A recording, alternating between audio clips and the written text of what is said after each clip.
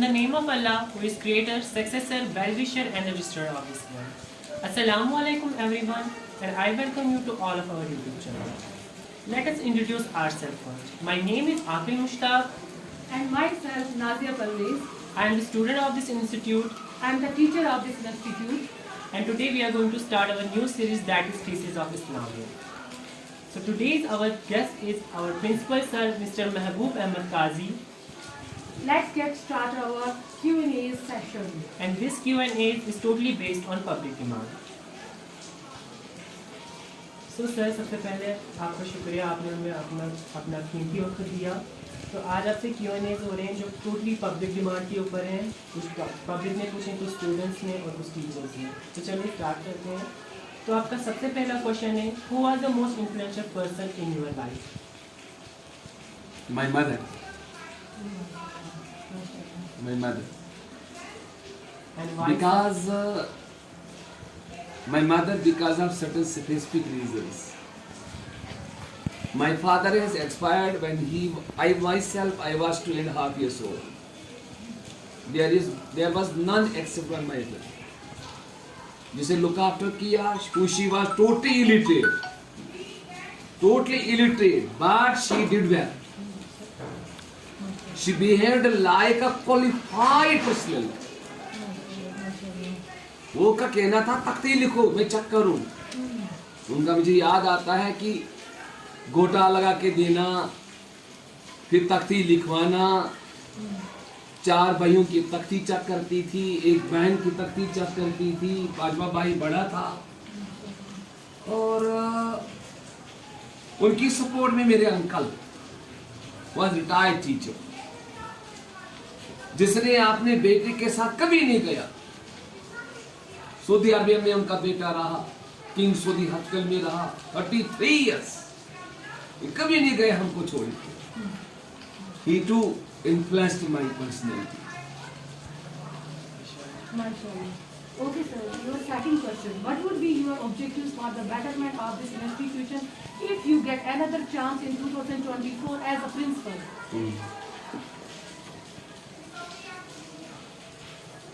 अल्लाह के फजल से, अल्लाह के करम से सबसे पहले मुझे मौका मिला यहाँ खिदमत करने का। ये मेरी पूरी लाइफ का एक गोल्डन पीरियड है, क्योंकि यहाँ मुझे ओनरशिप की वैल्यू डालनी पड़ी अपने अंदर। ओनरशिप, मैंने स्कूल को ओन किया और मैंने सिंपैथी वर्ड निकाल लिया माइंड से, हार्ट से मैंने एम्पैथी वर्ड जोड़ दिया स्कूल के साथ। और सबसे बड़ी अचीवमेंट इस स्कूल के अंदर, विद द सपोर्ट ऑफ वर्दी administrator, ST2 officer Zakir Hussain वानी, जो बिल 6,80,000 निकलता था पर मंथ, आज वही बिल 4,80,000 निकलता है। 2 लाख की वही से सेविंग होगी। और उसके अलावा मोर देन 275 न्यू एडमिशन हुई, तो वहां से भी हमारी इनकम बढ़ गई। मैं क्या कहूं आपको, मैं पब्लिकली नहीं कहना चाहता था, अब आपने मजबूर किया। मई से मैंने काम शुरू किया और फर्स्ट वीक ऑफ जून जो पेंडिंग सैलरी थी मार्च की 6,79,000 हमने अदा की, और लास्ट वीक ऑफ जून में हमने सेकंड सैलरी दी जो अप्रैल की पेंडिंग थी 6,79,000। और इस वक्त अगर देखा जाए, हमने 5 अक्टूबर को सितंबर की सैलरी दी है under the able guidance of वर्दी एडमिनिस्ट्रेटर। और इस वक्त हमें अक्टूबर क्या, हमें नवंबर की कुछ आधी सैलरी भी मौजूद है। अब मेरा फोकस है यहाँ के बच्चों की पर्सनैलिटी पे, कि वो किरदार वाले बने, वो नेक बने, और उनकी एकेडमिक परफॉर्मेंस जो एनहांस हो, वो कैसे कैसे हो, उसके लिए मैं नंबर ऑफ पैरामीटर जोड़ता आया हूं, जोड़ता रहूंगा। अगर इंशाअल्लाह अगले साल भी चांस मिला, चांस देने वाला अल्लाह है, जब अल्लाह चांस देगा तो मैं तो जरूर मैं खिदमत करूंगा। तो इंशाअल्लाह इस बार हमारे पास टचिंग 1000 है, अगले साल 1500 मिनिमम यहाँ का एनरोलमेंट होगा और हम पूरी किश्तवाड़ के तमाम स्कूलों में सबसे अव्वल नंबर हमारे स्कूल का होगा इंशाल्लाह। So sir, if you could live anywhere, where would it be and why? अगर आपको कभी मौका मिले कहीं पे रहने का, आप कहाँ रहोगे और क्यों? अव्वल तो अल्लाह ने मौका दिया रहने का किश्तवाड़ में, अगर इससे ज्यादा कहीं गया मैं वो तो मैं हज बैतुल्ला जाऊंगा, जहाँ मुझे जो मेरे एम है लाइफ का कि हम भी इस नेक सफर में जाएं, वो मैं अचीव करूं, वो टारगेट बाकी रहा। मैं जहां जाता हूं अपना सुकून खुद बनाता हूं अल्लाह के फजल से, बिकॉज मेरे को अल्लाह ने दिए है सेंस ऑफ एकोमोडेशन, मेरे को अल्लाह ने दी है पेशेंस, मेरे को अल्लाह ने दी है tolerance, because I know tolerance is wisdom. जहां मैं जाता हूं, जिस सिचुएशन में जाता हूं, सिचुएशन के हिसाब से खुद भी चलता हूं, सिचुएशन को मैं रन कराता हूं अल्लाह के फजल से, नेक नीति से ऐसे सुधार उसमें लाता हूं इंशाल्लाह इंशाल्लाह, जिससे जहां अल्लाह की इलामत लिखी हूं उस हिसाब से उस सिचुएशन को हम रन कराते हैं। बाकी रहा मुझे ये डर नहीं मुझे कहां जाना है, जहां जाना है अपनी कॉम्पिटेंसी के हिसाब से, अपने ईमानी कुव्वत के हिसाब से मैं उस सिचुएशन को इंशाल्लाह वहां अपने आप को अच्छे से एकोमोडेट कर सकता हूं इंशाल्लाह। Sir, your next question: what is the relationship between teachers and principal according to you? वो कहते हैं as is the head so is the institution. Institution का मतलब खाली स्कूल से नहीं है, एक घर से भी है, ये एक स्टेट से भी जहां सीएम या एलजी हेड करता है, और प्रिंसिपल शाइन करे विदाउट टीचर ये हो ही नहीं सकता। वो टीचर की परफॉर्मेंस अच्छी बने without the best performance of student ये हो ही नहीं सकता। ये ऐसा सिलसिला है। और दूसरी तीसरी बात, ये टीचर ये स्टूडेंट ये शाइन करे, ये अपनी परफॉर्मेंस अपना output they without the support of parents ये हो ही नहीं सकता। तो ये टीचर और हेड और स्टूडेंट्स और ये पेरेंट्स, ये अनमोल क्या मैं कहूंगा मैं, ऐसा रिश्ता है, ऐसा बॉन्ड है जिस भरों कोई तोड़ नहीं सकता। अगर किसी ने तोड़ा तो बच्चा ब्रोकन फैमिली का होगा, वो बच्चा वो जो है वो शाइन कर ही नहीं सकता। जहां जिस बच्चे के माँ बाप, जिस बच्चे के घर का माहौल, स्कूल के माहौल को सपोर्ट न करे, स्कूल के नॉर्म्स और रेगुलेशन को फॉलो न करे, उस घर का बच्चा जो है वो प्रोग्रेसिव नहीं हो सकता। तो आपका कहना था प्रिंसिपल और टीचर का रिलेशन कैसा होना चाहिए। ये सबऑर्डिनेट होता है सबऑर्डिनेट, लेकिन सबऑर्डिनेट हेड के बाजू होते हैं, हेड की तकदीर होती है। जो वो कहता है वो कहे जायज कहे, वो कहे जेन्युइन कहे, और टीचर उसको ओन करे। टीचर के अंदर भी ऐसी कैपेसिटी, ऐसी कैपेबिलिटी होनी चाहिए कि वो ओन करे, मुझे ये करना है। उसके पास भी इस किस्म की कॉम्पिटेंसी और सलाहियत होनी चाहिए। Sir, your next question: how do you motivate students to do better in their life? Motivate Your students to do better in their lives. Teacher की मोटिवेशन में रूहानियत होनी चाहिए। रूहानियत मतलब पाकीज़गी होनी चाहिए कि टीचर बच्चे की हार्ट में, बच्चे के माइंड में अपनी बातें तब उतार सकता है जब वो मूमिन की जबान बने, जब वो मूमिन की सोच बने, जब वो खुद पाक नेक हो और खुद कुछ बातों पे अमल करता हो, फिर वही बात कहे तो वो पूरा असर हो जाती है। तो और टीचर को बच्चे के साथ हमेशा before starting any session motivation is there. Motivation कैसी? जैसे लोहे को हम अंगारों में डालते हैं, लोहे को गर्म करके फिर हथौड़ी से बड़े किसी हथियार से, टूल से उसको मोल्ड करते हैं और मन चाहे औजार बना लेते हैं। इसी तरीके से ऐसी मोटिवेशन होनी चाहिए टीचर को कि वो बच्चे को ऐसा मोटिवेट करे, लाइक जगलर, ऐसा मोटिवेट करे कि वो उसकी बात समझे, उसकी बात सुने। जितना वो सुनाए, जितना वो टीच करे, उतना वो लिसन करे। जब वो लिसन करे, यकीनी तौर पे वो लर्न करेगा और शाइन करेगा। Motivation must. So now your next question is, sir, according to you, what makes a good teacher? Good teacher बनने के लिए सबसे बड़ी बात है सेल्फलेस होना। सेल्फलेस अशे वन कशर मज कश्तवाड़स मज वन आख तो ओनुत क्या द्राख तो त्रोत क्या। उस्ताद ये क्लासस मन तम दिन कुछ कंट्रीब्यूट तोड़ क्या मेगस, वहां से वो क्या लेता है, उसको रिटर्न बच्चा क्या देता है, उसको रिटर्न बच्चे के पेरेंट्स क्या देते हैं, उसको रिटर्न सोसाइटी क्या देती है, इसकी तरफ न देखते हुए वो अल्लाह के रिटर्न का इंतजार करे। एक टीचर एक बच्चे की परफॉर्मेंस, ये क्वेश्चन था ना, क्या question? Sir, according to you, what makes a good teacher? अच्छा टीचर बनने के लिए मैंने सबसे पहली बात बताई आपको, स्किल्ड टीचर होना पड़ेगा। स्किल्ड,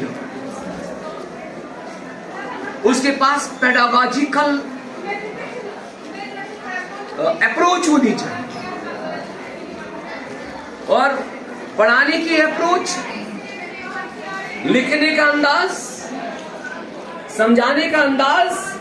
लेकिन ये बातें तब आती है जब सब्जेक्ट कॉम्पिटेंसी हो।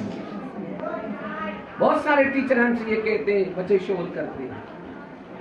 वो क्यों शोर करते हैं? क्योंकि वो मोटिवेशन नहीं रखते हैं, वो उनको मोटिवेट नहीं कर पाते हैं, वो उनको कन्विंस नहीं कर पाते भाई ये पढ़ाई जिंदगी है, ये रियल बात है। जब टीचर ऐसा करता वही तो है ना गुड टीचर। गुड टीचर होने के लिए सब्जेक्ट कॉम्पिटेंसी और जो भी लेक्चर पढ़ाना हो उस लेक्चर के दाएं बाएं ऊपर नीचे जितने क्वेश्चन अराइज हो सकते हैं उन सारे क्वेश्चन की जवाबात उसको होनी चाहिए। और टीचर की जबान में प्योरिटी, टीचर की आंखों में प्योरिटी, टीचर का हार्ट में प्योरिटी, मतलब पाकिस्तानी से भरपूर हो, अब वो गुड टीचर हो सकता, वरना नहीं हो सकता। क्योंकि मौलिम अल्लाह, मौलिम रसूल कायनात सल्लल्लाहु अलैहि वसल्लम, मौलिम साहबे किराम, जब अल्लाह का कलाम आया तब कौन सा कागज पेन था? वो सीनों में रहा और धीरे धीरे कागजों का आ गया। वो सारी वो हस्तियां ही पाक थी, जिन जिसे हम कहते हैं अल्लाह को देखना तो कहां देखोगे, तो अल्लाह को देखना तो अल्लाह की पाक निशानी में देखोगे। तो बेस्ट टीचर होने के लिए, गुड टीचर होने के लिए आपको पहले अपने अवसाफ बुलंद करने हैं, ऐसे अवसाफ बुलंद करने हैं जो अल्लाह को पसंद है। बस इतना ही कह सकता हूँ। Sir, one more question. That is last one from my side. What are the biggest challenges of this role you face? There are challenges. आज आप प्रिंसिपल बात करते हैं, ऐसा है? अब देखते हैं। मैंने तो ये चैलेंजेस का सामना तब से किया जब से मैं टीचर इंडक्ट हुआ। And I, as a Mehboob Qazi, never change the challenge, but challenge the challenge. मैंने चैलेंज को कभी चेंज नहीं किया है, चैलेंज से कभी मुंह नहीं मोड़ा है, मैंने चैलेंज को चैलेंज किया है। आज भी मेरे पास चैलेंज है। चैलेंज थी फाइनेंशियल क्राइसिस स्कूल की, एकेडमिक परफॉर्मेंस स्कूल की, डिसिप्लिन स्कूल का, ट्रूवेंसी स्कूल की, इन सारी बातों के अंदर सुधार आ चुका है। और इन चैलेंजेस को सामना करने के लिए आपको पैशंस रखनी है, हेड को पैशंस रखनी है, हेड्स को टॉलरेंस रखना है। क्योंकि टीचर के अंदर भी प्रॉब्लम्स होती है, उसको भी घर देखना है। लेकिन इन बल्क में 5-5, 6-6 टीचर जब चले जाते हैं उस वक्त मेरे को 25 से 30 क्लासेस एडजस्ट करनी पड़ती है, तब वो मेरे लिए बिगेस्ट चैलेंज बनती है। बाकी आई एज अ टीचर, जो ही 4-5 पीरियड खाली होते हैं, I can teach English, I can teach mathematics, I can teach sciences, वो मैं कर लेता हूँ, चैलेंज को चैलेंज करता हूँ, न कि चेंज करता हूँ। Now the last question is from my side, that is, what is the one advice you would like to give everyone and why?